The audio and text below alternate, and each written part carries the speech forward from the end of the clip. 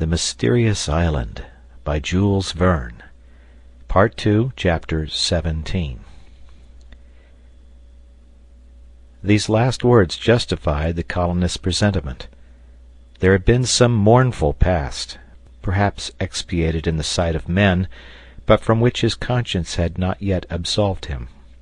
At any rate, the guilty man felt remorse. He repented, and his new friends would have cordially pressed the hand which they sought, but he did not feel himself worthy to extend it to honest men. However, after the scene with the jaguar, he did not return to the forest, and from that day did not go beyond the enclosure of Granite House. What was the mystery of his life? Would the stranger one day speak of it? Time alone could show. At any rate, it was agreed that his secret should never be asked from him, and that they would live with him as if they suspected nothing. For some days their life continued as before. Cyrus Harding and Gideon Spilett worked together, sometimes chemists, sometimes experimentalists. The reporter never left the engineer except to hunt with Herbert, for it would not have been prudent to allow the lad to ramble alone in the forest, and it was very necessary to be on their guard. As to Neb and Pencroft, one day at the stables and poultry yard, another at the corral, without reckoning work at Granite House, they were never in want of employment. The stranger worked alone, and he had resumed his usual life, never appearing at meals, sleeping under the trees in the plateau, never mingling with his companions. It really seemed as if the society of those who had saved him was insupportable to him. "But then," observed Pencroft, "why did he entreat the help of his fellow creatures? Why did he throw that paper into the sea?" "He will tell us why," invariably replied Cyrus Harding. "When?" "Perhaps sooner than you think, Pencroft." And indeed, the day of confession was near. On the 10th of December, a week after his return to Granite House, Harding saw the stranger approaching, who, in a calm voice and humble tone, said to him, "Sir, I have a request to make of you." "Speak," answered the engineer, "but first let me ask you a question." At these words the stranger reddened, and was on the point of withdrawing. Cyrus Harding understood what was passing in the mind of the guilty man, who doubtless feared that the engineer would interrogate him on his past life. Harding held him back. "Comrade," said he, "we are not only your companions, but your friends. I wish you to believe that, and now I will listen to you." The stranger pressed his hand over his eyes. He was seized with a sort of trembling, and remained a few moments without being able to articulate a word. "Sir," said he at last, "I have come to beg you to grant me a favor." "What is it?" "You have, 4 or 5 miles from here, a corral for your domesticated animals. These animals need to be taken care of. Will you allow me to live there with them?" Cyrus Harding gazed at the unfortunate man for a few moments with a feeling of deep commiseration. Then, "My friend," said he, "the corral has only stables hardly fit for animals." "It will be good enough for me, sir." "My friend," answered Harding, "we will not constrain you in anything. You wish to live at the corral? So be it. You will, however, be always welcome at Granite House. But since you wish to live at the corral, we will make the necessary arrangements for your being comfortably established there." "Never mind that. I shall do very well." "My friend," answered Harding, who always intentionally made use of this cordial appellation, "you must let us judge what it will be best to do in this respect." "Thank you, sir," replied the stranger as he withdrew. The engineer then made known to his companions the proposal which had been made to him, and it was agreed that they should build a wooden house at the corral, which they would make as comfortable as possible. That very day the colonists repaired to the corral with the necessary tools, and a week had not passed before the house was ready to receive its tenant. It was built about 20 feet from the sheds, and from there it was easy to overlook the flock of sheep, which then numbered more than 80. Some furniture, a bed, table, bench, cupboard, and chest were manufactured, and a gun, ammunition, and tools were carried to the corral. The stranger, however, had seen nothing of his new dwelling, and he had allowed the settlers to work there without him, while he occupied himself on the plateau, wishing, doubtless, to put the finishing stroke to his work. Indeed, thanks to him, all the ground was dug up and ready to be sowed when the time came. It was on the 20th of December that all the arrangements at the corral were completed. The engineer announced to the stranger that his dwelling was ready to receive him, and the latter replied that he would go and sleep there that very evening. On this evening the colonists were gathered in the dining room of Granite House. It was then 8 o'clock, the hour at which their companion was to leave them. Not wishing to trouble him by their presence, and thus imposing on him the necessity of saying farewells which might perhaps be painful to him, they had left him alone and ascended to Granite House. Now they had been talking in the room for a few minutes when a light knock was heard at the door. Almost immediately the stranger entered, and without any preamble, "Gentlemen," said he, "before I leave you, it is right that you should know my history. I will tell it you." These simple words profoundly impressed Cyrus Harding and his companions. The engineer rose. "We ask you nothing, my friend," said he. "It is your right to be silent." "It is my duty to speak." "Sit down, then." "No, I will stand." "We are ready to hear you," replied Harding. The stranger remained standing in a corner of the room, a little in the shade. He was bareheaded, his arms folded across his chest, and it was in this posture that in a hoarse voice, speaking like someone who obliges himself to speak, he gave the following recital, which his auditors did not once interrupt. On the 20th of December, 1854, a steam yacht, belonging to a Scotch nobleman, Lord Glenarvan, anchored off Cape Bernoulli, on the western coast of Australia in the 37th parallel. On board this yacht were Lord Glenarvan and his wife, a major in the English army, a French geographer, a young girl, and a young boy. These last two were the children of Captain Grant, whose ship, the Britannia, had been lost, crew and cargo, a year before. The Duncan was commanded by Captain John Mangles, and manned by a crew of 15 men. This is the reason the yacht at this time lay off the coast of Australia. 6 months before, a bottle, enclosing a document written in English, German, and French, had been found in the Irish Sea, and picked up by the Duncan. This document stated in substance that there still existed 3 survivors from the wreck of the Britannia, that these survivors were Captain Grant and 2 of his men, and that they had found refuge on some land, of which the document gave the latitude, but of which the longitude, effaced by the sea, was no longer legible. This latitude was 37 degrees 11 minutes south. Therefore, the longitude being unknown, if they followed the 37th parallel over continents and seas, they would be certain to reach the spot inhabited by Captain Grant and his 2 companions.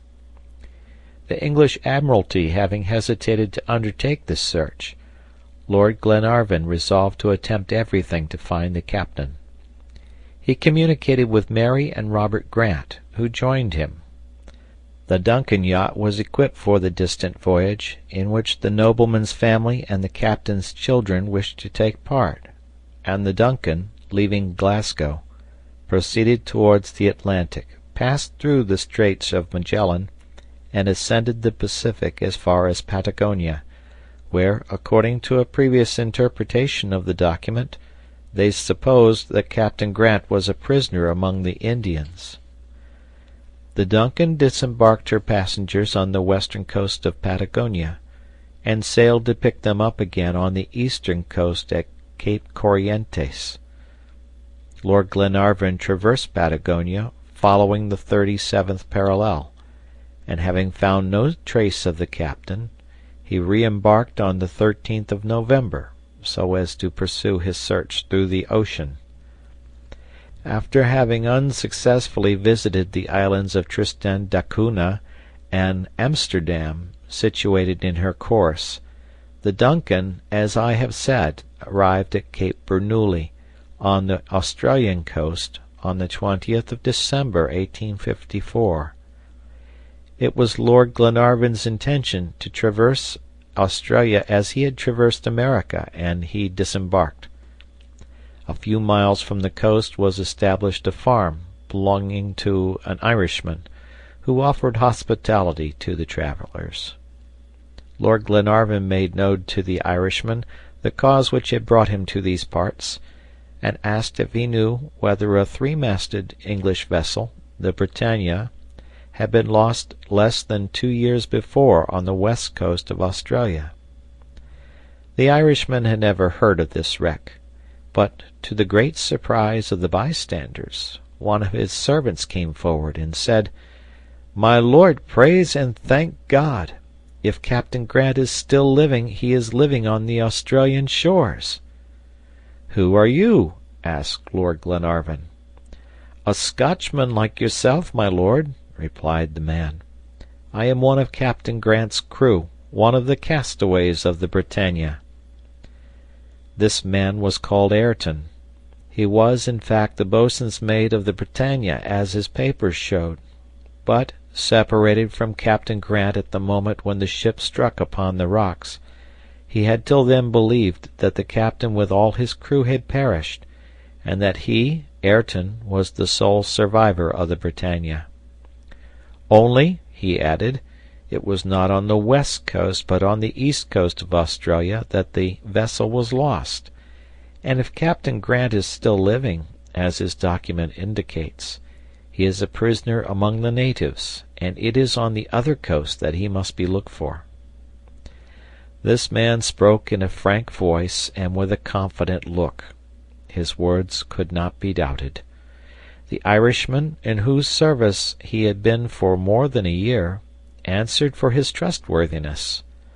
Lord Glenarvan, therefore, believed in the fidelity of this man, and, by his advice, resolved to cross Australia, following the 37th parallel. Lord Glenarvan, his wife, the 2 children, the Major, the Frenchman, Captain Mangles, and a few sailors, composed the little band under the command of Ayrton, while the Duncan, under charge of the mate, Tom Austin, proceeded to Melbourne, there to await Lord Glenarvan's instructions. They set out on the 23rd of December, 1854. It is time to say that Ayrton was a traitor. He was, indeed, the boatswain's mate of the Britannia, but after some dispute with his captain, he endeavored to incite the crew to mutiny and seize the ship, and Captain Grant had landed him on the 8th of April, 1852, on the west coast of Australia, and then sailed, leaving him there, as was only just.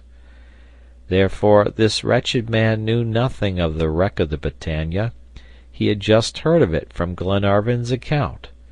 Since his abandonment he had become, under the name of Ben Joyce, the leader of the escaped convicts, and if he boldly maintained that the wreck had taken place on the east coast, and led Lord Glenarvan to proceed in that direction, it was that he hoped to separate him from his ship, seize the Duncan, and make the yacht a pirate in the Pacific. Here the stranger stopped for a moment. His voice trembled, but he continued. The expedition set out, and proceeded across Australia. It was inevitably unfortunate, since Ayrton, or Ben Joyce, as he may be called, guided it, sometimes preceded, sometimes followed by his band of convicts, who had been told what they had to do. Meanwhile the Duncan had been sent to Melbourne for repairs. It was necessary, then, to get Lord Glenarvan to order her to leave Melbourne and go to the east coast of Australia, where it would be easy to seize her. After having led the expedition near enough to the coast, in the midst of vast forests with no resources, Ayrton obtained a letter, which he was charged to carry to the mate of the Duncan, a letter which ordered the yacht to repair immediately to the east coast, to Twofold Bay, that is to say, a few days' journey from the place where the expedition had stopped. It was there that Ayrton had agreed to meet his accomplices, and 2 days after gaining possession of the letter, he arrived at Melbourne. So far, the villain had succeeded in his wicked design. He would be able to take the Duncan into Twofold Bay, where it would be easy for the convicts to seize her, and her crew massacred. Ben Joyce would become master of the seas, but it pleased God to prevent the accomplishment of these terrible projects. Ayrton arrived at Melbourne, delivered the letter to the mate, Tom Austin, who read it and immediately set sail. But judge of Ayrton's rage and disappointment when the next day he found that the mate was taking the vessel not to the east coast of Australia, to Twofold Bay, but to the east coast of New Zealand. He wished to stop him, but Austin showed him the letter. And indeed, by a providential error of the French geographer who had written the letter, the east coast of New Zealand was mentioned as the place of destination. All Ayrton's plans were frustrated. He became outrageous. They put him in irons. He was then taken to the coast of New Zealand, not knowing what would become of his accomplices, or what would become of Lord Glenarvan. The Duncan cruised about on this coast until the 3rd of March. On that day Ayrton heard the report of guns. The guns of the Duncan were being fired, and soon Lord Glenarvan and his companions came on board. This is what had happened. After 1,000 hardships, 1,000 dangers, Lord Glenarvan had accomplished his journey, and arrived on the east coast of Australia at Twofold Bay. "No Duncan," he telegraphed to Melbourne. They answered, "Duncan sailed on the 18th instant, destination unknown." Lord Glenarvan could only arrive at one conclusion, that his honest yacht had fallen into the hands of Ben Joyce and had become a pirate vessel. However, Lord Glenarvan would not give up. He was a bold and generous man. He embarked in a merchant vessel, sailed to the west coast of New Zealand, traversed it along the 37th parallel, without finding any trace of Captain Grant. But on the other side, to his great surprise, and by the will of heaven, he found the Duncan, under command of the mate, who had been waiting for him for 5 weeks. This was on the 3rd of March, 1855. Lord Glenarvan was now on board the Duncan, but Ayrton was there also. He appeared before the nobleman, who wished to extract from him all that the villain knew about Captain Grant. Ayrton refused to speak. Lord Glenarvan then told him that at the first port they put into he would be delivered up to the English authorities. Ayrton remained mute. The Duncan continued her voyage along the 37th parallel.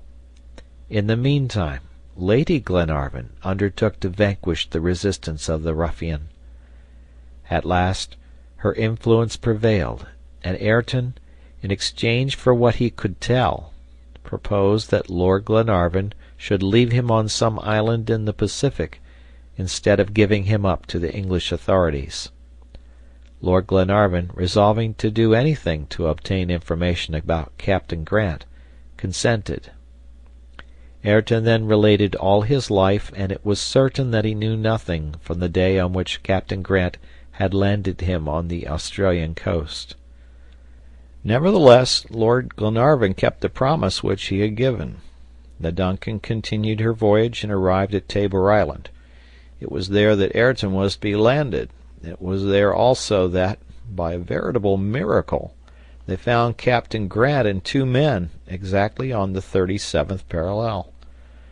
The convict then went to take their place on this desert islet, and at the moment he left the yacht these words were pronounced by Lord Glenarvan: "Here, Ayrton, you will be far from any land, and without any possible communication with your fellow creatures. You cannot escape from this islet on which the DUNCAN leaves you. You will be alone, under the eye of a God who reads the depths of the heart, but you will be neither lost nor forgotten, as was Captain Grant. Unworthy as you are to be remembered by men, men will remember you. I know where you are, Ayrton, and I know where to find you. I will never forget it." And the DUNCAN, making sail, soon disappeared. This was on the 18th of March, 1855. Footnote: The events which have just been briefly related are taken from a work which some of our readers have no doubt read, and which is entitled Captain Grant's Children. They will remark on this occasion, as well as later, some discrepancy in the dates, but later again they will understand why the real dates were not at first given. End of footnote. Ayrton was alone, but he had no want of either ammunition, weapons, tools, or seeds. At his, the convict's disposal, was the house built by honest Captain Grant. He had only to live and expiate in solitude the crimes which he had committed. Gentlemen, he repented. He was ashamed of his crimes and was very miserable. He said to himself that if men came some day to take him from that islet, he must be worthy to return among them. How he suffered, that wretched man! How he labored to recover himself by work! How he prayed to be reformed by prayer! For 2 years, 3 years, this went on, but Ayrton, humbled by solitude, always looking for some ship to appear on the horizon, asking himself if the time of expiation would soon be complete, suffered as none others suffered. Oh, how dreadful was this solitude to a heart tormented by remorse! But doubtless heaven had not sufficiently punished this unhappy man, for he felt that he was gradually becoming a savage. He felt that brutishness was gradually gaining on him. He could not say if it was after 2 or 3 years of solitude, but at last he became the miserable creature you found. I have no need to tell you, gentlemen, that Ayrton, Ben Joyce, and I are the same. Cyrus Harding and his companions rose at the end of this account. It is impossible to say how much they were moved. What misery, grief, and despair lay revealed before them. "Ayrton," said Harding, rising, "you have been a great criminal, but heaven must certainly think that you have expiated your crimes. That has been proved by your having been brought again among your fellow creatures. Ayrton, you are forgiven, and now you will be our companion?" Ayrton drew back. "Here is my hand," said the engineer. Ayrton grasped the hand which Harding extended to him, and great tears fell from his eyes. "Will you live with us?" asked Cyrus Harding. "Captain Harding, leave me some time longer," replied Ayrton. "Leave me alone in the hut in the corral." "As you like, Ayrton," answered Cyrus Harding. Ayrton was going to withdraw, when the engineer addressed one more question to him. "One word more, my friend. Since it was your intention to live alone, why did you throw into the sea the document which put us on your track?" "A document?" repeated Ayrton, who did not appear to know what he meant. "Yes, the document which we found enclosed in a bottle, giving us the exact position of Tabor Island." Ayrton passed his hand over his brow. Then, after having thought, "I never threw any document into the sea," he answered. "Never!" exclaimed Pencroft. "Never." And Ayrton, bowing, reached the door and departed. End of chapter.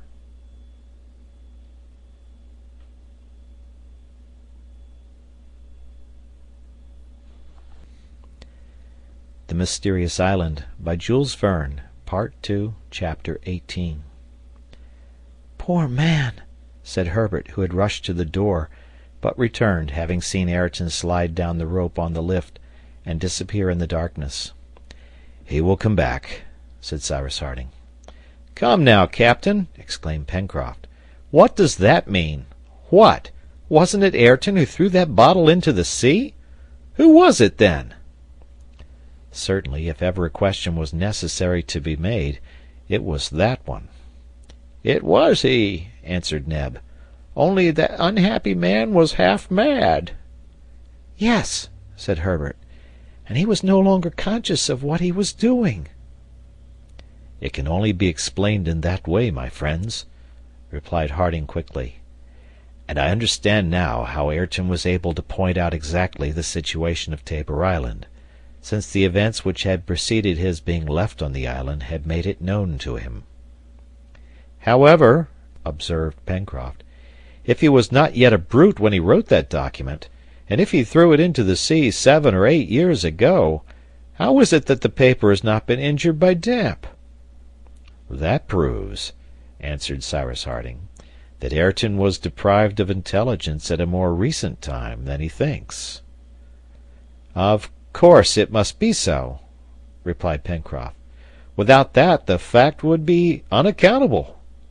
"Unaccountable indeed," answered the engineer, who did not appear desirous to prolong the conversation. "But has Ayrton told the truth?" asked the sailor. "Yes," replied the reporter. "The story which he has told is true in every point. I remember quite well the account in the newspapers of the yacht expedition undertaken by Lord Glenarvan, and its result." "Ayrton has told the truth," added Harding. "Do not doubt it, Pencroft, for it was painful to him. People tell the truth when they accuse themselves like that." The next day, the 21st of December, the colonists descended to the beach, and having climbed the plateau they found nothing of Ayrton. He had reached his house in the corral during the night, and the settlers judged it best not to agitate him by their presence. Time would doubtless perform what sympathy had been unable to accomplish. Herbert, Pencroft, and Neb resumed their ordinary occupations. On this day the same work brought Harding and the reporter to the workshop at the Chimneys. "Do you know, my dear Cyrus," said Gideon Spilett, "that the explanation you gave yesterday on the subject of the bottle has not satisfied me at all. How can it be supposed that the unfortunate man was able to write that document and throw the bottle into the sea without having the slightest recollection of it?" "Nor was it he who threw it in, my dear Spilett." "You think, then—" "I think nothing. I know nothing," interrupted Cyrus Harding. "I am content to rank this incident among those which I have not been able to explain to this day." "Indeed, Cyrus," said Spilett, "these things are incredible. Your rescue, the case stranded on the sand, Top's adventure, and lastly this bottle. Shall we never have the answer to these enigmas?" "Yes," replied the engineer quickly. "Yes, even if I have to penetrate into the bowels of this island." "Chance will perhaps give us the key to this mystery." "Chance? Spilett! I do not believe in chance, any more than I believe in mysteries in this world. There is a reason for everything unaccountable which has happened here, and that reason I shall discover. But in the meantime we must work and observe." The month of January arrived. The year 1867 commenced. The summer occupations were assiduously continued. During the days which followed, Herbert and Spilett, having gone in the direction of the corral, ascertained that Ayrton had taken possession of the habitation which had been prepared for him. He busied himself with the numerous flock confided to his care, and spared his companions the trouble of coming every 2 or 3 days to visit the corral. Nevertheless, in order not to leave Ayrton in solitude for too long a time, the settlers often paid him a visit. it was not unimportant, either, in consequence of some suspicions entertained by the engineer and Gideon Spilett, that this part of the island should be subject to a surveillance of some sort, and that Ayrton, if any incident occurred unexpectedly, should not neglect to inform the inhabitants of Granite House of it. Nevertheless, it might happen that something would occur which it would be necessary to bring rapidly to the engineer's knowledge. Independently of facts bearing on the mystery of Lincoln Island, many others might happen, which would call for the prompt interference of the colonists, such as the sighting of a vessel, a wreck on the western coast, the possible arrival of pirates, etc. Therefore Cyrus Harding resolved to put the corral in instantaneous communication with Granite House. It was on the 10th of January that he made known his project to his companions. "Why, how are you going to manage that, Captain?" asked Pencroft. "Do you by chance happen to think of establishing a telegraph?" "Exactly so," answered the engineer. "Electric?" cried Herbert. "Electric," replied Cyrus Harding. "We have all the necessary materials for making a battery, and the most difficult thing will be to stretch the wires, but by means of a draw plate I think we shall manage it." "Well, after that," returned the sailor, "I shall never despair of seeing ourselves some day rolling along on a railway." They then set to work, beginning with the most difficult thing, for, if they failed in that, it would be useless to manufacture the battery and other accessories. The iron of Lincoln Island, as has been said, was of excellent quality, and consequently very fit for being drawn out. Harding commenced by manufacturing a draw plate, that is to say, a plate of steel pierced with conical holes of different sizes, which would successively bring the wire to the wished-for tenacity. This piece of steel, after having been tempered, was fixed in as firm a way as possible in a solid framework planted in the ground, only a few feet from the great fall, the motive power of which the engineer intended to utilize. In fact, as the fulling mill was there, although not then in use, its beam moved with extreme power would serve to stretch out the wire by rolling it round itself. It was a delicate operation and required much care. The iron, prepared previously in long thin rods, the ends of which were sharpened with the file, having been introduced into the largest hole of the draw plate, was drawn out by the beam which wound it around itself, to a length of 25 or 30 feet, then unrolled, and the same operation was performed successively through the holes of a less size. Finally, the engineer obtained wires from 40 to 50 feet long, which could be easily fastened together and stretched over the distance of 5 miles, which separated the corral from the bounds of Granite House. It did not take more than a few days to perform this work, and indeed as soon as the machine had been commenced, Cyrus Harding left his companions to follow the trade of wire drawers, and occupied himself with manufacturing his battery. It was necessary to obtain a battery with a constant current. It is known that the elements of modern batteries are generally composed of retort coal, zinc, and copper. Copper was absolutely wanting to the engineer, who, notwithstanding all his researches, had never been able to find any trace of it in Lincoln Island, and was therefore obliged to do without it. Retort coal, that is to say, the hard graphite which is found in the retorts of gas manufactories after the coal has been dehydrogenized, could have been obtained, but it would have been necessary to establish a special apparatus involving great labor. As to zinc, it may be remembered that the case found at Flotsam Point was lined with this metal, which could not be better utilized than for this purpose. Cyrus Harding, after mature consideration, decided to manufacture a very simple battery, resembling as nearly as possible that invented by Becquerel in 1820, and in which zinc only is employed. The other substances, azotic acid and potash, were all at his disposal. The way in which the battery was composed was as follows, and the results were to be attained by the reaction of acid and potash on each other.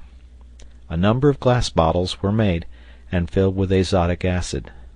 The engineer corked them by means of a stopper, through which passed a glass tube, bored at its lower extremity, and intended to be plunged into the acid by means of a clay stopper secured by a rag. Into this tube, through its upper extremity, he poured a solution of potash, previously obtained by burning and reducing to ashes various plants, and in this way the acid and potash could act on each other through the clay. Cyrus Harding then took 2 slips of zinc, one of which was plunged into azotic acid, the other into a solution of potash. A current was immediately produced, which was transmitted from the slip of zinc in the bottle to that in the tube, and the 2 slips having been connected by a metallic wire, the slip in the tube became the positive pole, and that in the bottle the negative pole of the apparatus. Each bottle, therefore, produced as many currents as united could be sufficient to produce all the phenomena of the electric telegraph. Such was the ingenious and very simple apparatus constructed by Cyrus Harding, an apparatus which would allow them to establish a telegraphic communication between Granite House and the corral. On the 6th of February was commenced the planting along the road to the corral of posts furnished with glass insulators and intended to support the wire. A few days after, the wire was extended, ready to produce the electric current at a rate of 20,000 miles a second. 2 batteries had been manufactured, one for Granite House, the other for the corral, for if it was necessary the corral should be able to communicate with Granite House, it might also be useful that Granite House should be able to communicate with the corral. As to the receiver and manipulator, they were very simple. At the 2 stations the wire was wound round a magnet, that is to say, round a piece of soft iron surrounded with a wire. The communication was thus established between the 2 poles. The current, starting from the positive pole, traversed the wire, passed through the magnet which was temporarily magnetized, and returned through the earth to the negative pole. If the current was interrupted, the magnet immediately became unmagnetized. It was sufficient to place a plate of soft iron before the magnet, which, attracted during the passage of the current, would fall back when the current was interrupted. This movement of the plate thus obtained, Harding could easily fasten to it a needle arranged on a dial, bearing the letters of the alphabet, and in this way communicate from one station to the other. All was completely arranged by the 12th of February. On this day, Harding, having sent the current through the wire, asked if all was going on well at the corral, and received in a few moments a satisfactory reply from Ayrton. Pencroft was wild with joy, and every morning and evening he sent a telegram to the corral, which always received an answer. This mode of communication presented 2 very real advantages. Firstly, because it enabled them to ascertain that Ayrton was at the corral, and secondly, that he was thus not left completely isolated. Besides, Cyrus Harding never allowed a week to pass without going to see him, and Ayrton came from time to Granite House, where he always found a cordial welcome. The fine season passed away in the midst of the usual work. The resources of the colony, particularly in vegetables and corn, increased from day to day, and the plants brought from Tabor Island had succeeded perfectly. The plateau of Prospect Heights presented an encouraging aspect. The 4th harvest had been admirable, and it may be supposed that no one thought of counting whether the 400,000 millions of grains duly appeared in the crop. However, Pencroft had thought of doing so, but Cyrus Harding having told him that even if he managed to count 300 grains a minute, or 9,000 an hour, it would take him nearly 5,500 years to finish his task, the honest sailor considered it best to give up the idea. The weather was splendid, the temperature very warm in the daytime, but in the evening the sea breezes tempered the heat of the atmosphere and procured cool nights for the inhabitants of Granite House. There were, however, a few storms, which, although they were not of long duration, swept over Lincoln Island with extraordinary fury. The lightning blazed, and the thunder continued to roll for some hours. At this period the little colony was extremely prosperous. The tenants of the poultry yard swarmed, and they lived on the surplus, but it became necessary to reduce the population to a more moderate number. The pigs had already produced young, and it may be understood that their care for these animals absorbed a great part of Neb and Pencroft's time. The onagers, who had 2 pretty colts, were most often mounted by Gideon Spilett and Herbert, who had become an excellent rider under the reporter's instruction, and they also harnessed them to the cart, either for carrying wood and coal to Granite House, or different mineral productions required by the engineer. Several expeditions were made about this time into the depths of the far west forests. The explorers could venture there without having anything to fear from the heat, for the sun's rays scarcely penetrated through the thick foliage spreading above their heads. They thus visited all the left bank of the Mersey, along which ran the road from the corral to the mouth of Falls River. But in these excursions the settlers took care to be well armed, for they met with savage wild boars, with which they often had a tussle. They also, during this season, made fierce war against the jaguars. Gideon Spilett had vowed a special hatred against them, and his pupil Herbert seconded him well. Armed as they were, they no longer feared to meet one of those beasts. Herbert's courage was superb, and the reporter's sang-froid astonishing. Already 20 magnificent skins ornamented the dining room of Granite House, and if this continued, the jaguar race would soon be extinct in the island, the object aimed at by the hunters. The engineer sometimes took part in the expeditions made to the unknown parts of the island, which he surveyed with great attention. It was for other traces than those of animals that he searched the thickets of the vast forest, but nothing suspicious ever appeared. Neither Top nor Jup, who accompanied him, ever betrayed by their behavior that there was anything strange there, and yet more than once again the dog barked at the mouth of the well, which the engineer had before explored without result.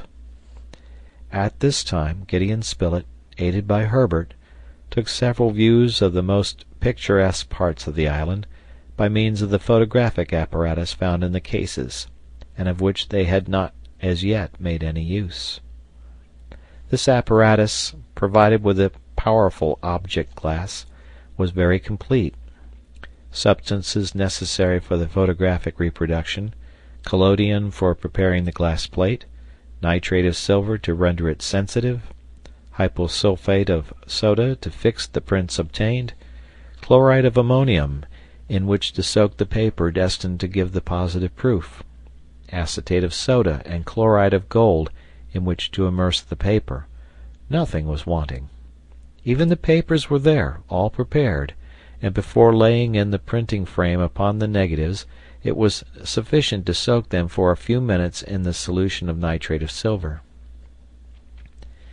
The reporter and his assistant became in a short time very skillful operators, and they obtained fine views of the country, such as the island, taken from Prospect Heights with Mount Franklin in the distance, the mouth of the Mersey, so picturesquely framed in high rocks, the glade and the corral, with the spurs of the mountain in the background, the curious development of Claw Cape, Flotsam Point, etc. Nor did the photographers forget to take the portraits of all the inhabitants of the island, leaving out no one. "It multiplies us," said Pencroft. And the sailor was enchanted to see his own countenance faithfully reproduced, ornamenting the walls of Granite House, and he stopped as willingly before this exhibition as he would have done before the richest shop windows in Broadway. But it must be acknowledged that the most successful portrait was incontestably that of Master Jup. Master Jup had sat with a gravity not to be described, and his portrait was lifelike. "He looks as if he was just going to grin," exclaimed Pencroft. And if Master Jup had not been satisfied, he would have been very difficult to please, but he was quite contented and contemplated his own countenance with a sentimental air which expressed some small amount of conceit. The summer heat ended with the month of March. The weather was sometimes rainy, but still warm. The month of March, which corresponds to the September of northern latitudes, was not so fine as might have been hoped. Perhaps it announced an early and rigorous winter. It might have been supposed one morning, the 21st, that the first snow had already made its appearance. In fact, Herbert, looking early from one of the windows of Granite House, exclaimed, "Hallo! The island is covered with snow!" "Snow at this time?" answered the reporter, joining the boy. Their companions were soon beside them, but could only ascertain one thing, that not only the islet but all the beach below Granite House was covered with one uniform sheet of white. "It must be snow," said Pencroft. "Or rather is very like it," replied Neb. "But the thermometer marks 58 degrees," observed Gideon Spilett. Cyrus Harding gazed at the sheet of white without saying anything, for he really did not know how to explain this phenomenon, at this time of year and in such a temperature. "By Jove!" exclaimed Pencroft, "all our plants will be frozen!" And the sailor was about to descend, when he was preceded by the nimble Jup, who slid down to the ground. But the orang had not touched the ground when the snowy sheet arose and dispersed in the air in such innumerable flakes that the light of the sun was obscured for some minutes. "Birds!" cried Herbert. They were indeed swarms of sea-birds, with dazzling white plumage. They had perched by thousands on the islet and on the shore, and they disappeared in the distance, leaving the colonists amazed as if they had been present at some transformation scene, in which summer succeeded winter at the touch of a fairy's wand. Unfortunately, the change had been so sudden that neither the reporter nor the lad had been able to bring down one of these birds, of which they could not recognize the species. A few days after came the 26th of March, the day on which, 2 years before, the castaways from the air had been thrown upon Lincoln Island. End of chapter.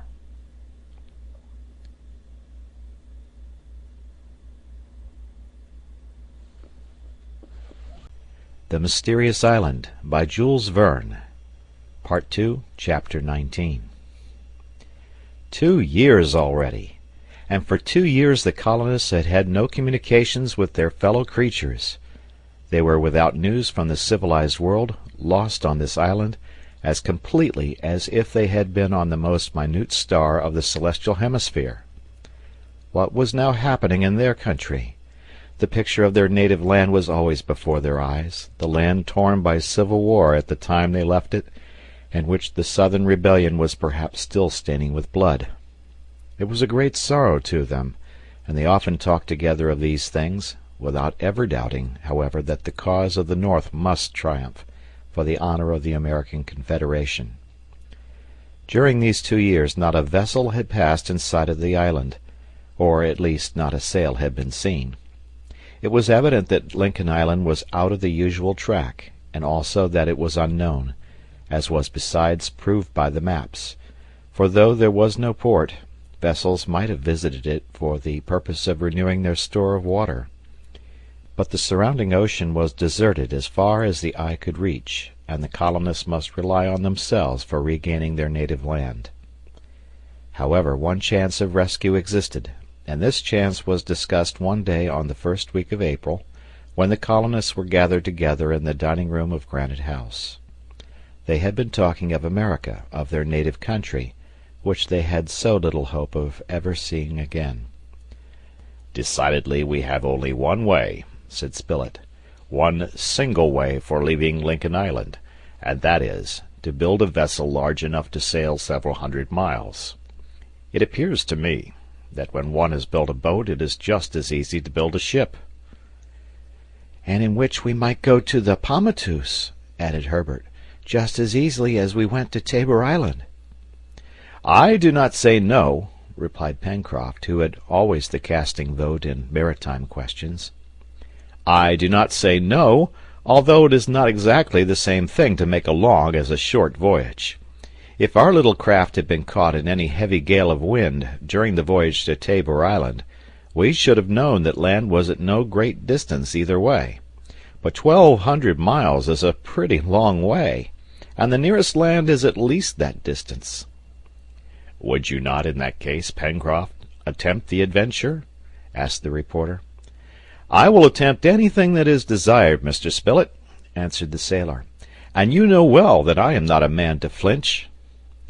"Remember, besides, that we number another sailor amongst us now," remarked Neb. "Who is that?" asked Pencroft. "Ayrton." "If he will consent to come," said Pencroft. "Nonsense," returned the reporter. "Do you think that if Lord Glenarvan's yacht had appeared at Tabor Island while he was still living there, Ayrton would have refused to depart?" "You forget, my friends," then said Cyrus Harding, "that Ayrton was not in possession of his reason during the last years of his stay there. But that is not the question. The point is to know if we may count among our chances of being rescued the return of the Scotch vessel. Now, Lord Glenarvan promised Ayrton that he would return to take him off from Tabor Island when he considered that his crimes were expiated, and I believe that he will return." "Yes," said the reporter, "and I will add that he will return soon, for it is 12 years since Ayrton was abandoned." "Well," answered Pencroft, "I agree with you that the nobleman will return, and soon too. But where will he touch? At Tabor Island, and not at Lincoln Island." "That is the more certain," replied Herbert, "as Lincoln Island is not even marked on the map." "Therefore, my friends," said the engineer, "we ought to take the necessary precautions for making our presence and that of Ayrton on Lincoln Island known at Tabor Island." "Certainly," answered the reporter, "and nothing is easier than to place in the hut which was Captain Grant's and Ayrton's dwelling a notice which Lord Glenarvan and his crew cannot help finding, giving the position of our island." "It is a pity," remarked the sailor, "that we forgot to take that precaution on our first visit to Tabor Island." "And why should we have done it?" asked Herbert. "At that time we did not know Ayrton's history. We did not know that anyone was likely to come some day to fetch him, and when we did know his history, the season was too advanced to allow us to return then to Tabor Island." "Yes," replied Harding, "it was too late, and we must put off the voyage until next spring." "But suppose the Scotch yacht comes before that?" said Pencroft. "That is not probable," replied the engineer, "for Lord Glenarvan would not choose the winter season to venture into these seas.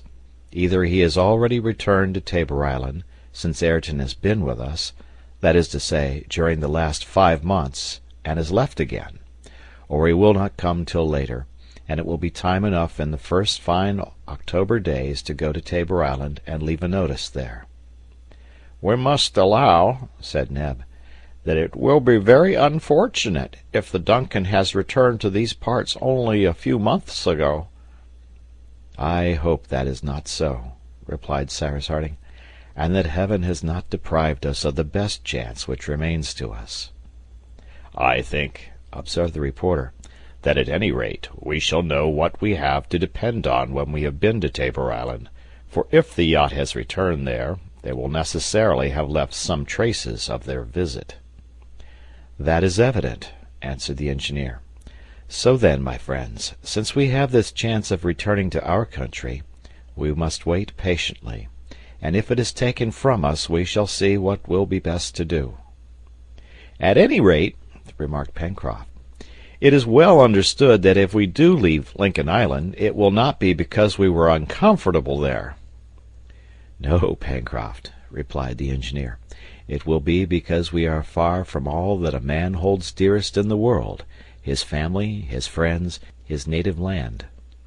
Matters being thus decided, the building of a vessel large enough to sail either to the archipelagos in the north, or to New Zealand in the west, was no longer talked of, and they busied themselves in their accustomed occupations, with a view to wintering a third time in Granite House.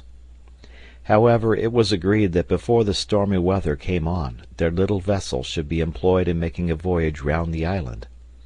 A complete survey of the coast had not yet been made, and the colonists had but an imperfect idea of the shore to the west and north, from the mouth of Falls River to the Mandible Capes, as well as of the narrow bay between them, which opened like a shark's jaws.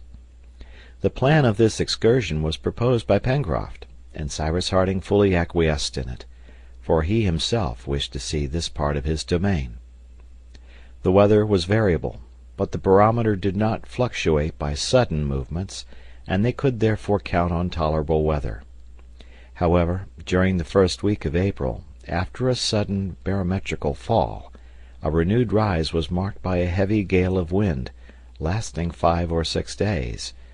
Then the needle of the instrument remained stationary at a height of 29 inches and 9/10, and the weather appeared propitious for an excursion.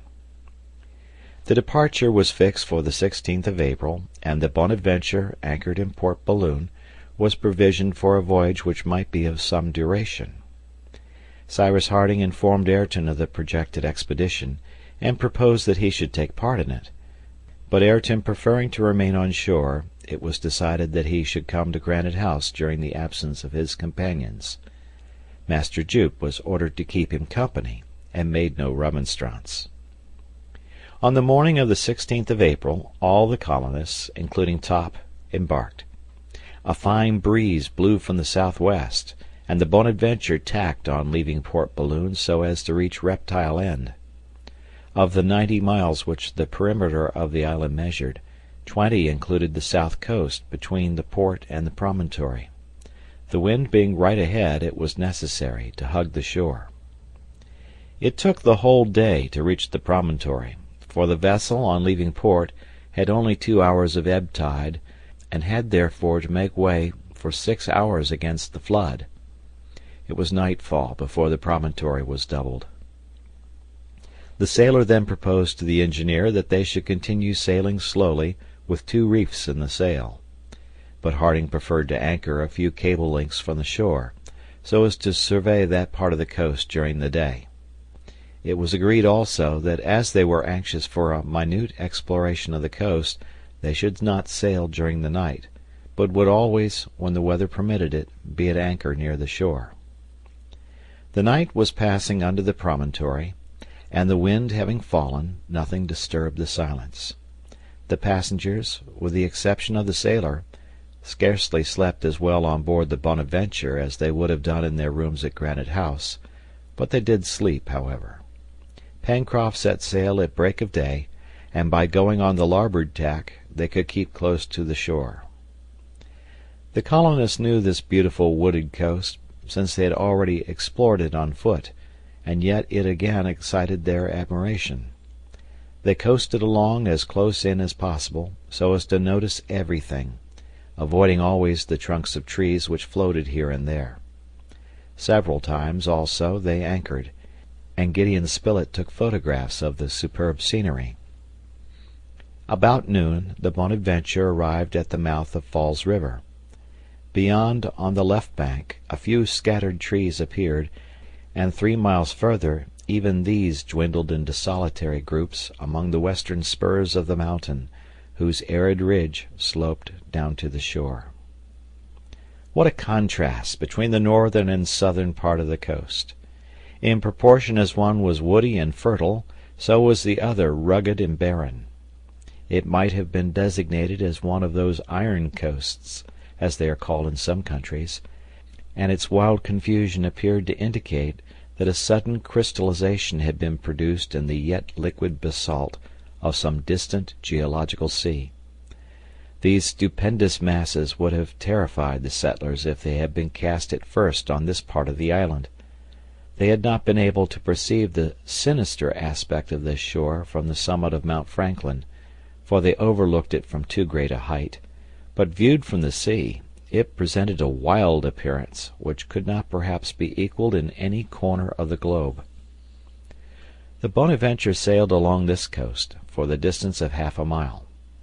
It was easy to see that it was composed of blocks of all sizes, from 20 to 300 feet in height, and of all shapes, round like towers, prismatic like steeples, pyramidal like obelisks, conical like factory chimneys. An iceberg of the polar seas could not have been more capricious in its terrible sublimity. Here bridges were thrown from one rock to another; there arches like those of a wave, into the depths of which the eye could not penetrate. In one place, large vaulted excavations presented a monumental aspect. In another, a crowd of columns, spires, and arches, such as no Gothic cathedral ever possessed. Every caprice of nature, still more varied than those of the imagination, appeared on this grand coast, which extended over a length of 8 or 9 miles. Cyrus Harding and his companions gazed, with a feeling of surprise bordering on stupefaction. But although they remained silent, Top, not being troubled with feelings of this sort, uttered barks which were repeated by the 1,000 echoes of the basaltic cliff. The engineer even observed that these barks had something strange in them, like those which the dog had uttered at the mouth of the well in Granite House. "Let us go close in," said he. And the Bonadventure sailed as near as possible to the rocky shore. Perhaps some cave, which it would be advisable to explore, existed there. But Harding saw nothing, not a cavern, not a cleft which could serve as a retreat to any being whatever, for the foot of the cliff was washed by the surf. Soon Top's barks ceased, and the vessel continued her course at a few cables' length from the coast. In the northwest part of the island the shore became again flat and sandy. A few trees here and there rose above a low, marshy ground, which the colonists had already surveyed, and in violent contrast to the other desert shore, life was again manifested by the presence of myriads of waterfowl. That evening the Bonadventure anchored in a small bay to the north of the island, near the land, such was the depth of water there. The night passed quietly, for the breeze died away with the last light of day, and only rose again with the first streaks of dawn. As it was easy to land, the usual hunters of the colony, that is to say, Herbert and Gideon Spilett, went for a ramble of 2 hours or so, and returned with several strings of wild duck and snipe. Top had done wonders, and not a bird had been lost, thanks to his zeal and cleverness. At 8 o'clock in the morning the Bonadventure set sail, and ran rapidly towards North Mandible Cape, for the wind was right astern and freshening rapidly. "However," observed Pencroft, "I should not be surprised if a gale came up from the west. Yesterday the sun set in a very red-looking horizon, and now, this morning, those mare's tails don't forebode anything good." These mare's tails are cirrus clouds, scattered in the zenith, their height from the sea being less than 5,000 feet. They look like light pieces of cotton wool, and their presence usually announces some sudden change in the weather. "Well," said Harding, "let us carry as much sail as possible, and run for shelter into Shark Gulf. I think that the Bonadventure will be safe there." "Perfectly," replied Pencroft, "and besides, the north coast is merely sand, very uninteresting to look at." "I shall not be sorry," resumed the engineer, "to pass not only tonight but tomorrow in that bay, which is worth being carefully explored." "I think that we shall be obliged to do so, whether we like it or not," answered Pencroft, "for the sky looks very threatening towards the west. Dirty weather is coming on." "At any rate, we will have a favorable wind for reaching Cape Mandible," observed the reporter. "A very fine wind," replied the sailor. "But we must tack to enter the Gulf, and I should like to see my way clear in those unknown quarters." "Quarters which appear to be filled with rocks," added Herbert, "if we judge by what we saw on the south coast of Shark Gulf." "Pencroft," said Cyrus Harding, "do as you think best. We will leave it to you." "Don't make your mind uneasy, captain," replied the sailor. "I shall not expose myself needlessly. I would rather a knife were run into my ribs than a sharp rock into those of my Bonadventure." That which Pencroft called ribs was the part of his vessel under water, and he valued it more than his own skin. "What o'clock is it?" asked Pencroft. 10 o'clock, replied Gideon Spilett. "And what distance is it to the Cape, captain?" "About 15 miles," replied the engineer. "That's a matter of 2 hours and a half," said the sailor, "and we shall be off the Cape between 12 and 1 o'clock. Unluckily, the tide will be turning at that moment, and will be ebbing out of the Gulf.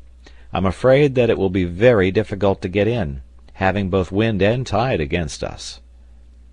"And the more so that it is a full moon today," remarked Herbert, "and these April tides are very strong." "Well, Pencroft," asked Harding, "can you not anchor off the Cape?" "Anchor near land with bad weather coming on?" exclaimed the sailor. "What are you thinking of, captain? We should run aground of a certainty." "What will you do, then?" "I shall try to keep in the offing until the flood, that is to say, till about 7 in the evening, and if there is still light enough I will try to enter the Gulf. If not, we must stand off and on during the night, and we will enter tomorrow at sunrise." "As I told you, Pencroft, we will leave it to you," answered Harding. "Ah!" said Pencroft, "if there was only a lighthouse on the coast, it would be much more convenient for sailors." "Yes," replied Herbert, "and this time we shall have no obliging engineer to light a fire to guide us into port." "Why, indeed, my dear Cyrus," said Spilett, "we have never thanked you. But frankly, without that fire, we should never have been able—" "A fire?" asked Harding, much astonished at the reporter's words. "We mean, captain," answered Pencroft, "that on board the Bonadventure we were very anxious during the few hours before our return, and we should have passed to windward of the island if it had not been for the precaution you took of lighting a fire the night of 19th of October on Prospect Heights." Yes, yes, that was a lucky idea of mine," replied the engineer. "And this time," continued the sailor, "unless the idea occurs to Ayrton, there will be no one to do us that little service." "No, no one," answered Cyrus Harding. A few minutes after, finding himself alone in the bows of the vessel with the reporter, the engineer bent down and whispered, "If there is one thing certain in this world, Spilett, it is that I never lighted any fire during the night of the 19th of October, neither on Prospect Heights nor on any other part of the island." End of chapter.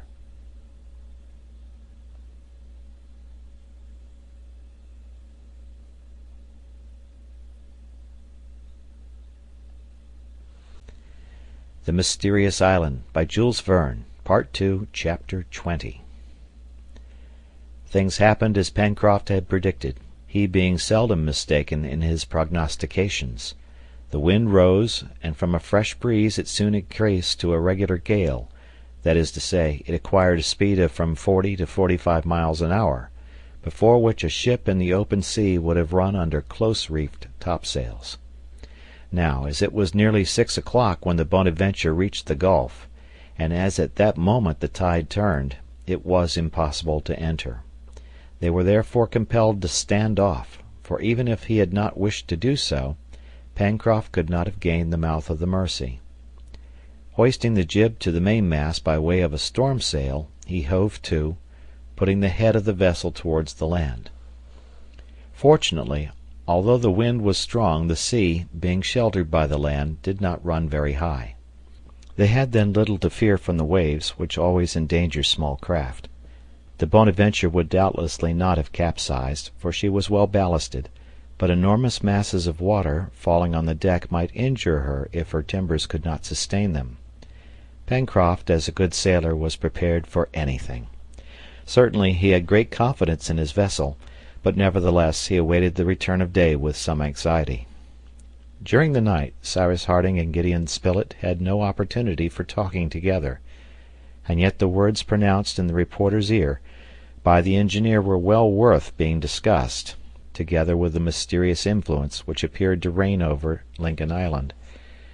Gideon Spilett did not cease from pondering over this new and inexplicable incident, the appearance of a fire on the coast of the island. The fire had actually been seen. His companions, Herbert and Pencroft, had seen it with him.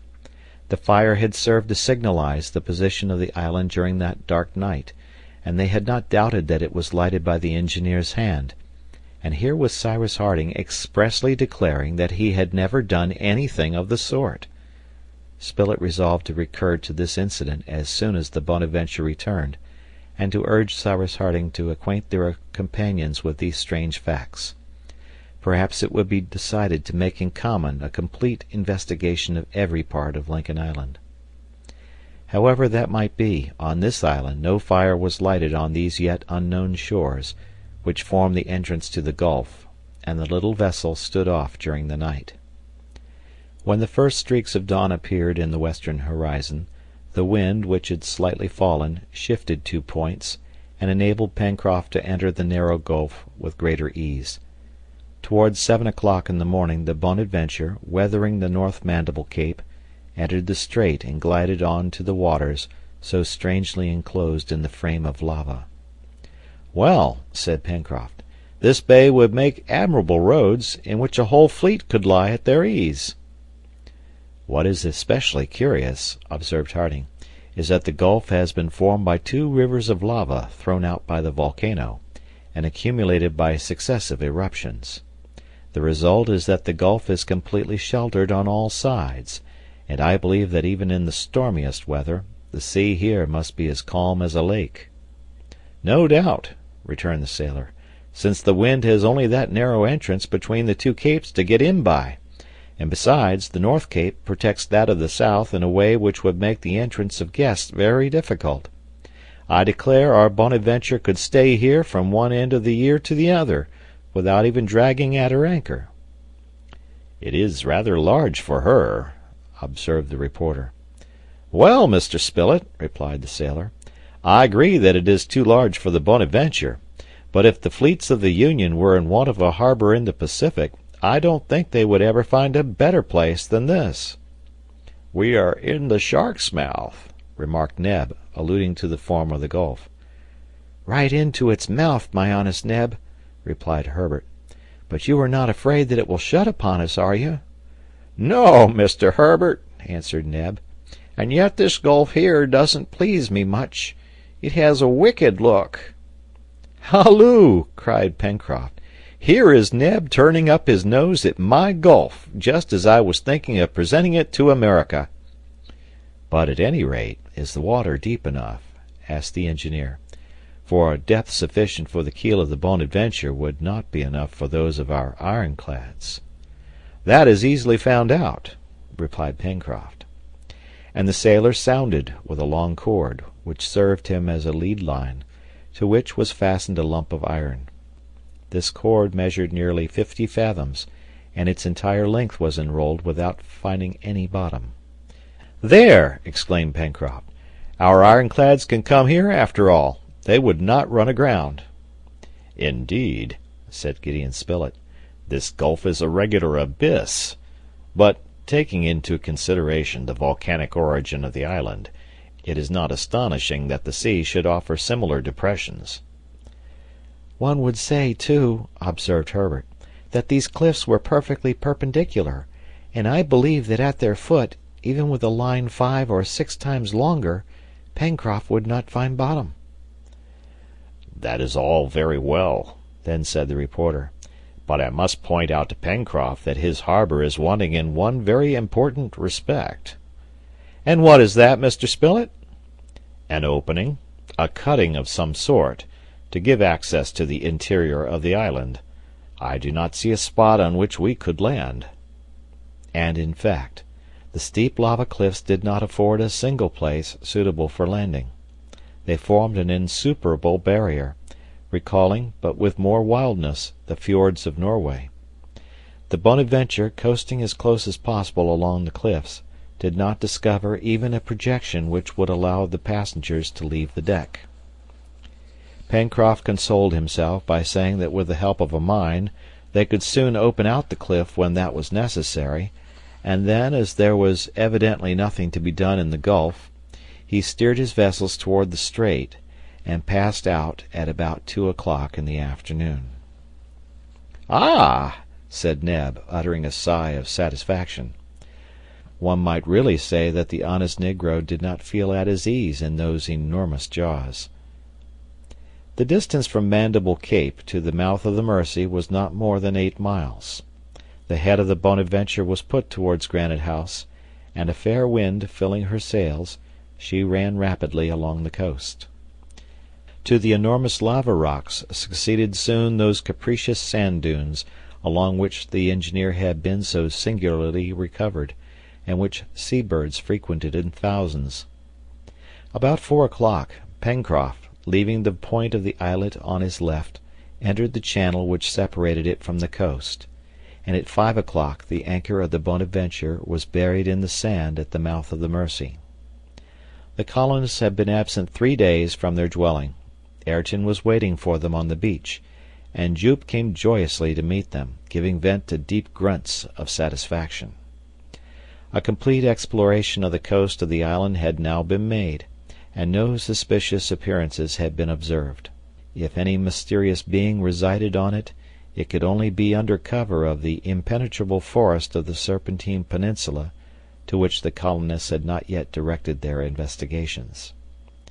Gideon Spilett discussed these things with the engineer, and it was agreed that they should direct the attention of their companions to the strange character of certain incidents which had occurred on the island, and of which the last was the most unaccountable.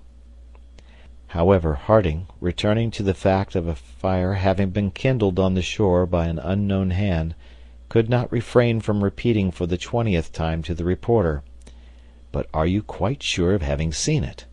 Was it not a partial eruption of the volcano, or perhaps some meteor?" "No, Cyrus," answered the reporter. "It was certainly a fire lighted by the hand of man. Besides, question Pencroft and Herbert. They saw it as I saw it myself, and they will confirm my words." In consequence, therefore, a few days after, on the 25th of April, in the evening, when the settlers were all collected on Prospect Heights, Cyrus Harding began by saying, "My friends, I think it my duty to call your attention to certain incidents which have occurred in the island, on the subject of which I shall be happy to have your advice. These incidents are, so to speak, supernatural." "Supernatural!" exclaimed the sailor, emitting a volume of smoke from his mouth. "Can it be possible that our island is supernatural?" "No, Pencroft, but mysterious, most certainly," replied the engineer, "unless you can explain that which Spilett and I have until now failed to understand." "Speak away, captain," answered the sailor.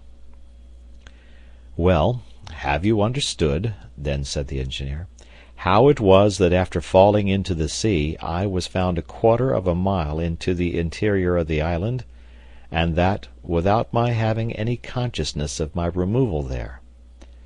"Unless, being unconscious," said Pencroft. "That is not admissible," replied the engineer. "But to continue. Have you understood how Top was able to discover your retreat 5 miles from the cave in which I was lying?" "The dog's instinct," observed Herbert. "Singular instinct," returned the reporter, "since notwithstanding the storm of rain and wind which was raging during that night, Top arrived at the Chimneys, dry and without a speck of mud." "Let us continue," resumed the engineer. "Have you understood how our dog was so strangely thrown up out of the water of the lake after his struggle with the dugong?" "No, I confess not at all," replied Pencroft. "And the wound which the dugong had in its side, a wound which seemed to have been made with a sharp instrument, that can't be understood either." "Let us continue again," said Harding. "Have you understood, my friends, how that bullet got into the body of the young peccary? How that case happened to be so fortunately stranded, without there being any trace of a wreck?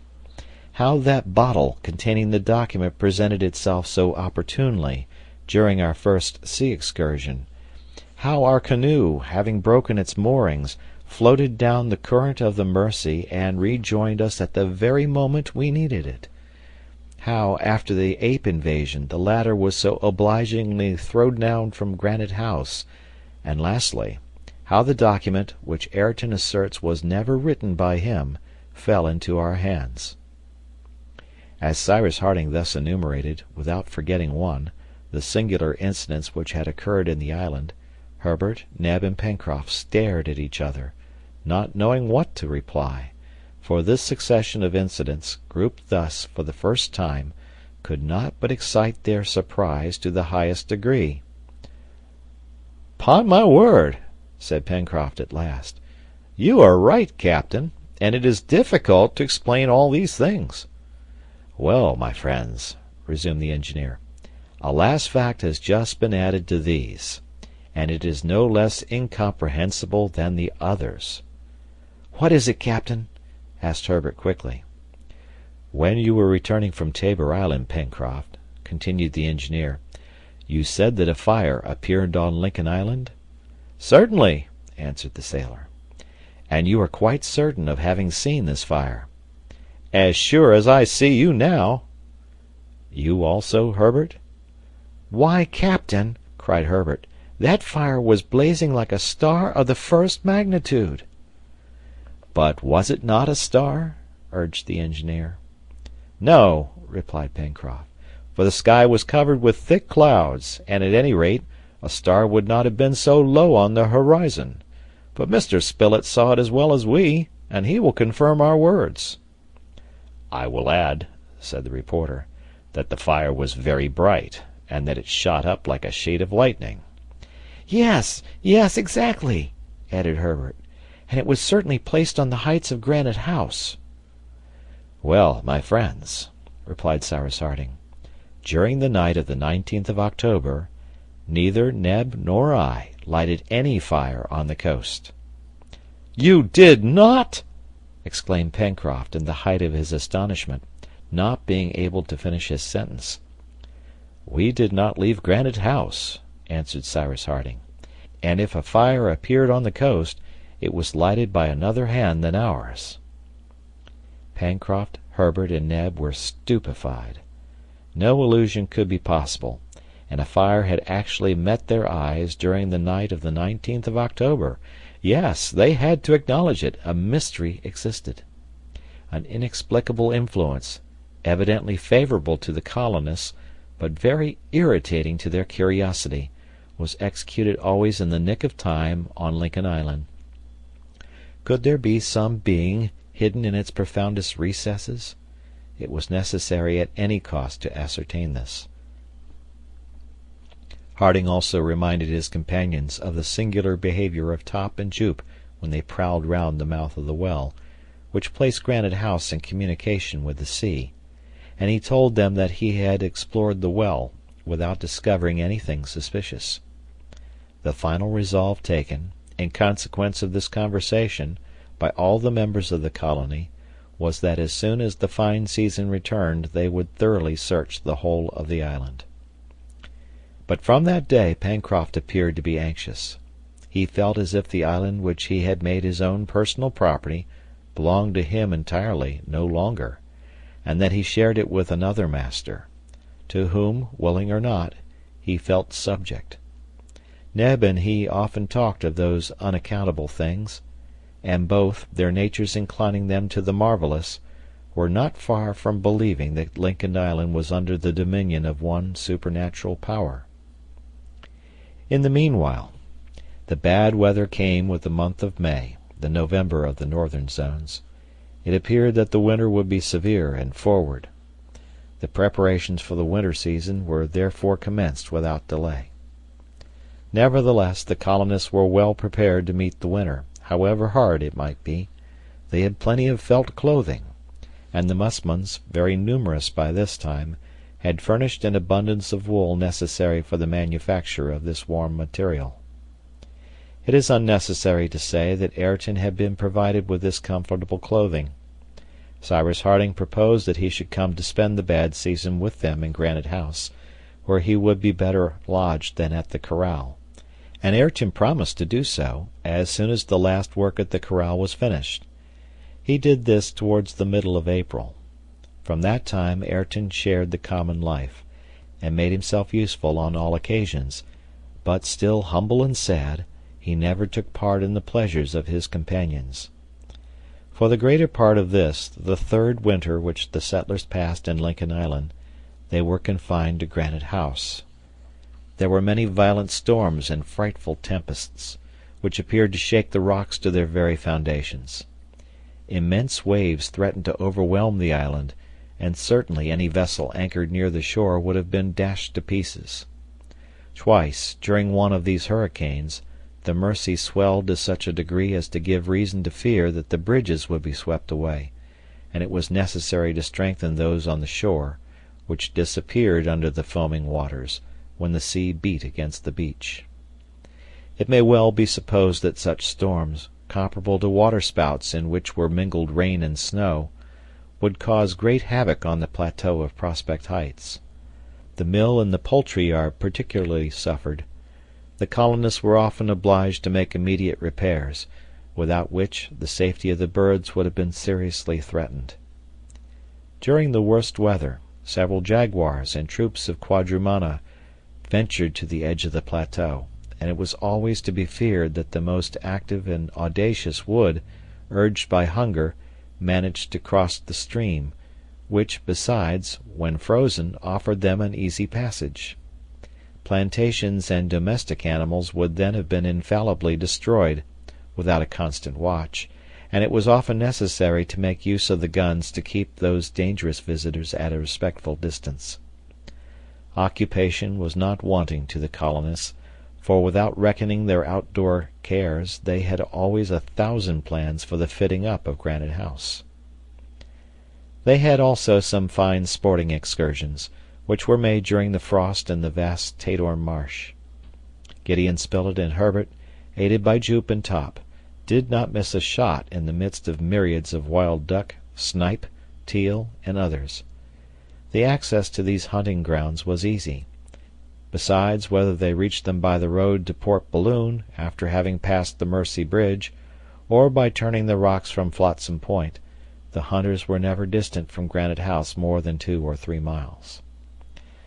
Thus passed the 4 winter months, which were really rigorous, that is to say, June, July, August, and September. But, in short, Granite House did not suffer much from the inclemency of the weather, and it was the same with the corral, which, less exposed than the plateau, and sheltered partly by Mount Franklin, only received the remains of the hurricanes, already broken by the forests and the high rocks of the shore. The damages there were consequently of small importance, and the activity and skill of Ayrton promptly repaired them, when sometime in October he returned to pass a few days in the corral. During this winter no fresh inexplicable incident occurred. Nothing strange happened, although Pencroft and Neb were on the watch for the most insignificant facts to which they attached any mysterious cause. Top and Jup themselves no longer growled round the well, or gave any signs of uneasiness. It appeared, therefore, as if the series of supernatural incidents was interrupted, although they often talked of them during the evenings in Granite House, and they remained thoroughly resolved that the island should be searched, even in those parts the most difficult to explore. But an event of the highest importance, and of which the consequences might be terrible, momentarily diverted from their projects Cyrus Harding and his companions. It was the month of October. The fine season was swiftly returning. Nature was reviving, and among the evergreen foliage of the coniferae which formed the border of the wood, already appeared the young leaves of the banksias, deodaras, and other trees. It may be remembered that Gideon Spilett and Herbert had, at different times, taken photographic views of Lincoln Island. Now, on the 17th of this month of October, towards 3 o'clock in the afternoon, Herbert, enticed by the charms of the sky, thought of reproducing Union Bay, which was opposite to Prospect Heights, from Cape Mandible to Claw Cape. The horizon was beautifully clear, and the sea, undulating under a soft breeze, was as calm as the waters of a lake, sparkling here and there under the sun's rays. The apparatus had been placed at one of the windows of the dining room at Granite House, and consequently overlooked the shore and the bay. Herbert proceeded as he was accustomed to do, and the negative obtained, he went away to fix it by means of the chemicals deposited in a dark nook of Granite House. Returning to the bright light, and examining it well, Herbert perceived on his negative an almost imperceptible little spot on the sea horizon. He endeavored to make it disappear by reiterated washing, but could not accomplish it. "It is a flaw in the glass," he thought. And then he had the curiosity to examine this flaw with a strong magnifier which he unscrewed from one of the telescopes. But he had scarcely looked at it when he uttered a cry, and the glass almost fell from his hands. Immediately running to the room in which Cyrus Harding then was, he extended the negative and magnifier towards the engineer, pointing out the little spot. Harding examined it, then seizing his telescope he rushed to the window. The telescope, after having slowly swept the horizon, at last stopped on the looked-for spot, and Cyrus Harding, lowering it, pronounced one word only: "A vessel!" And in fact a vessel was in sight off Lincoln Island. End of chapter. This is also end of part 2. Next we will begin with part 3, The Secret of the Island. Stay tuned.